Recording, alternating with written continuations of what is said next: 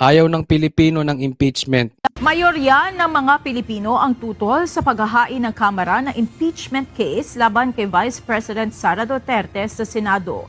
Base sa latest survey ng Pulse Asia Research, lumabas sa 45% ng mga Pilipino ang hindi sang-ayon sa paghahain ng mababang Tignan nyo, mga ayaw sa impeachment, 45%, 23 lang ang agree, yung iba abstain and lack of knowledge. Pero mas marami, kahit pagsama-samahin pa halos pantay lang, di ba? No? So, sa madaling salita, ayaw ng Pilipino ng impeachment. Kaya nga ako nagtataka, kaya ba biglang nagbago isip nitong sila Marcos? Sabi nila hindi nila dadalhin ng ICC. Hindi nila dadalhin dito, pati si Boying Rimulya. Hindi tayo makikikooperate, wala silang jurisdiction dito sa Pilipinas, may justice tayo, hindi na kailangan, etc. Kung ano-ano pinagsasabi nila, tapos biglang kinain nila yung tinain nila. Isa ba to sa dahilan? Dahil nakikita nyo ayaw ng tao sa impeachment at hindi kayo mananalo? Hindi pa pabor ang taong bayan sa impeachment? pulungan ng Kongreso ng impeachment case laban kay VP Sara, habang nasa 23% naman ang nagsabing pabor sa impeachment. Samantala, 23% naman ang hindi makapagsabi kung sila ay sang-ayon o hindi, habang ang natitirang 7% ay nagsabing wala silang sapat na kaalaman para magbigay ng opinyon. Karamihan sa mga hindi sang-ayon ay mula sa Visayas at Mindanao. Isinagawa ang survey mula February 20 hanggang 26, 2025. Ito napakaliwanag, no?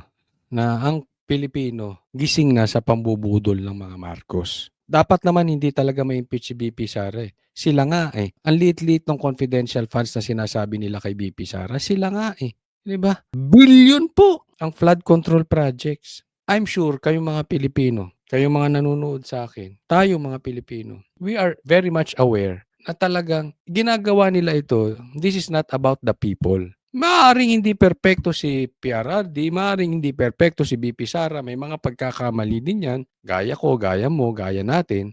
Pero hindi ibig sabihin ginagawa ito ng mga Marcos, ng gobyernong ito nila Tambaluslos dahil sila ay concerned sa taong bayan. Dahil gusto lang nilang i-eliminate ang Duterte sa listahan. Yan po ang talagang ibig sabihin lang yan. Wala na pong iba.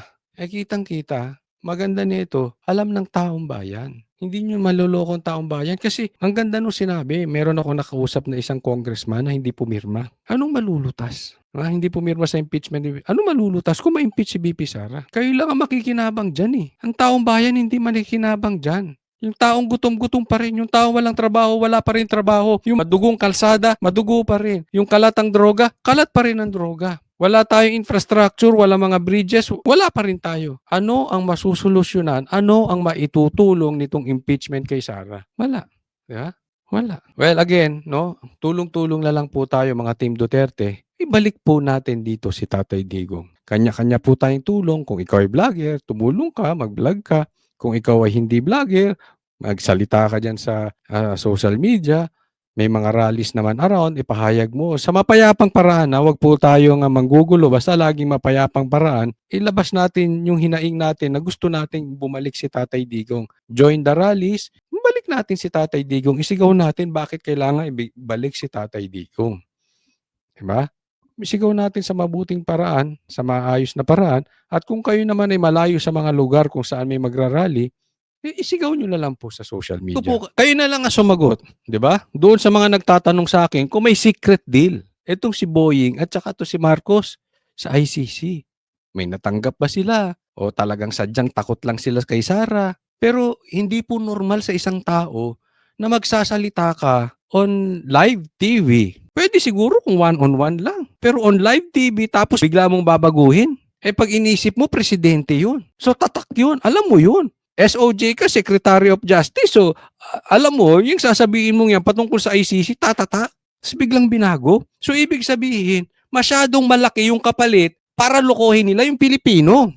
Masyadong malaki yung presyo na matatanggap nila or kung ano man yung matatanggap nila sa pagpapadala kay Tatay Digong sa ICC para budulin ng Pilipino at kainin yung sinuka nila, yung tinain nila, kinain nila ulit. Malaki ang pakinabang nila. Hindi mo naman kasi gagawin yan. Ay sinabi mo, hindi po pwede. Sabi mo, it's a threat to our sovereignty, tapos bigla mo pinapasok. Di ba? Oh. So, can we blame the people? No, we cannot. Ang tanong, Bakit? Secret deal ba? May presyo ba? Palit ulo ba? May pakinabang ba? Takot kay VP Sara? Kayo na po sumagot dyan sa comment section. Ito po, pakinggan po natin yung speech ni Mideldea na patungkol dito kay Tatay Digong. Yung paano niya dinefend si Tatay Digong. Alam mo, kanina nung nagsasalita si Tatay Digong, naaawa ako sa kanya. Grabe. Naaawa ako talaga. Kasi yung boses niya, parang pagod na pagod. Alam mo yung lolong-lolo na, naalala ko nga yung lelong ko dito, Parang medyo hawig pa nga sila nung lolo ko, Lolo ko sa father side. Oo, meron silang hawig ni PRRD. Tapos ganyan na yung boses, nakakaawa. Nung naririnig ko nagsasalita si PRRD, nakakaawa po. Ganyan po, kalupit ang gobyerno natin dahil sa pangarap. Yung nagpalibing sa tatay nila, yung nagpabalik sa kanya sa posisyon, binababoy nila. Ako, I strongly believe kung hindi man natin makuha ang justice sa hustisya sa Pilipinas dahil hawak nila, never silang lulusot sa hustisya ng langit. Matindi ito. Matindi ito. Ginawan ka na ng mabuti. Alam mo, pinalibing nga yung tatay nyo para magkaroon tayo ng unity. Tapos ganitong ginagawa. Mga traidor, walang utang na loob. Ago, the whole world has witnessed the degrading fashion in which a former president of a sovereign country was bundled into a private aircraft and summarily transported to The Hague. To us lawyers, this would be called an extrajudicial rendition. To the less Totoo yan, extrajudicial rendition yan. Alam nyo, ito sa akin naman ay kidnapping. No? Yan po yung sinasabi ni Pastor Kibuloy. Yan ang kinakatakot niya. Kasi wala namang problemang haharapin niya yung kaso niya dito sa Pilipinas. Pero napatunayan natin hindi nag-i-imagine si Pastor Kibuloy. Talagang may plano silang dalhin sa ibang bansa. Ganyan po ang style ng gobyerno natin ngayon. Nakakatakot na po kasi yung panahon ngayon, pwedeng palpak ang warrant of arrest, hindi ka na makapagpaliwanag sa korte natin, basta ka na lang dadaling kung saan. Bigla kang ikukulong, bigla kang dadalhin sa ibang bansa. Pag ikaw napag-initan ni Marcos, ni Boying, ni Torre, tapos ka na. Saka ka na lang magpaliwanag, ganyan lang naman sinasabi nila. I-demanda nyo na lang ako, basta ikaw huhulihin ka namin. Nakakatakot po yun. Ganyan na po ang kalakaran natin. This is not the first time. Ginawa yan sa KOJC. Wala ang pangalan ni Pastor Kibuloy sa warrant of arrest. Wala silang search warrant. Pero anong sinabi ni Torre? Papasok kami sa kayo sa gusto nyo. Sa madaling salita, masasaktan kayo, huwag kayong haharang-harang. Kahit mali ang aming warrant, magdemanda na lang kayo, basta gagawin namin yung gusto namin. Ganyan din ang ginawa kay Tatay Digong. Walang judge dito, walang magdi-decide. Basta sumakay ka dyan sa aeroplano, dadalhin namin kayo kung saan, doon na kayo magpaliwanag. Ganyan na po ang gobyerno ng Pilipinas. Gobyerno ni Torre. Pag sinabi niya sa inyo, papasok ako sa bahay ninyo. Wala, asan na search warrant? Basta papasok ako, demanda nyo na lang ako. Kakatakot yun. Bigla kang huhulihin. Asan ang warrant mo? Hindi, peke yung warrant. Hindi, hindi ito ang panahon.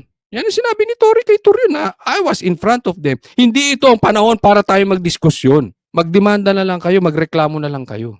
Di ba? Huhulihin ka na lang basta tapos sasabihin hindi itong panahon para magreklamo. Ganyan po ang ginawa kay Tatay Digong. Yan po ang nirereklamo dito. Illegal po yung arrest. legally inclined, it was a pure and simple kidnapping. My client was denied all access to the legal recourse in the country of his citizenship. Yun, napaka-importante yun. Dapat may legal recourse to the country of his citizenship at saka saan siya nahuli. Dapat dumaan to sa korte ng Pilipinas. Hindi lang po ito patungkol sa korte ng ICC. Tapos sinabi ni PRRD na papasukin niyo yung anak ko kasi abogado ko yan. Tatandaan po natin, ang isang tao may karapatan sa abogado. Hindi ikaw, Torre, ang mamimili. Kasi sinasabi ni Torre, may abogado ka dyan. Hindi. Tayo po ay may karapatang mamili ng abogado. Bakit kayo magbibigay sa amin ng abogado? Kung kaya namin, buti ko hindi namin kaya magkaroon ng abogado. Halimbawa, akusado, hindi kaya magkaroon ng abogado, di sige, okay lang, bigyan nyo ng libre. Kayo mamili. Pero kung kaya niya magkaroon ng abogado, ba't kayo namimili? Torre, diktador ka? Ayaw niyong papasukin dahil may abogado naman, magugulo lang?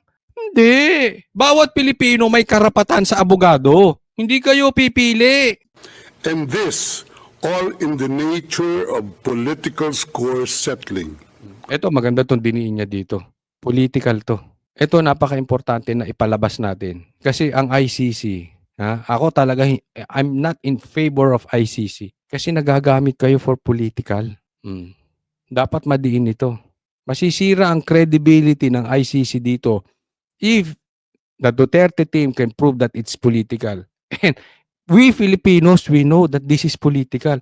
Kung mahinang klase ba si Sara, papansinin siya? Kung mahinang klase ba Duterte, pagtutuunan ba ng pansin yan? This is political. Two troubled entities struck an unlikely alliance. An incumbent president who wished to neutralize and choke the legacy of my client and his daughter on the other hand. Tama yun. Ganda nung sinabi niya na gustong sakalin, gustong pigilan yung legacy ni Tatay Digong at saka ni BP Sara. Alam naman natin. We all know. Whatever happens kay Tatay Digong, I really hope mapawalang sala siya dito kasi wala naman siyang kasalanan, mapauwi siya sa lalong madaling panahon. But if not, mamatay na siya dyan, patayin siya dyan, I really don't know what will happen.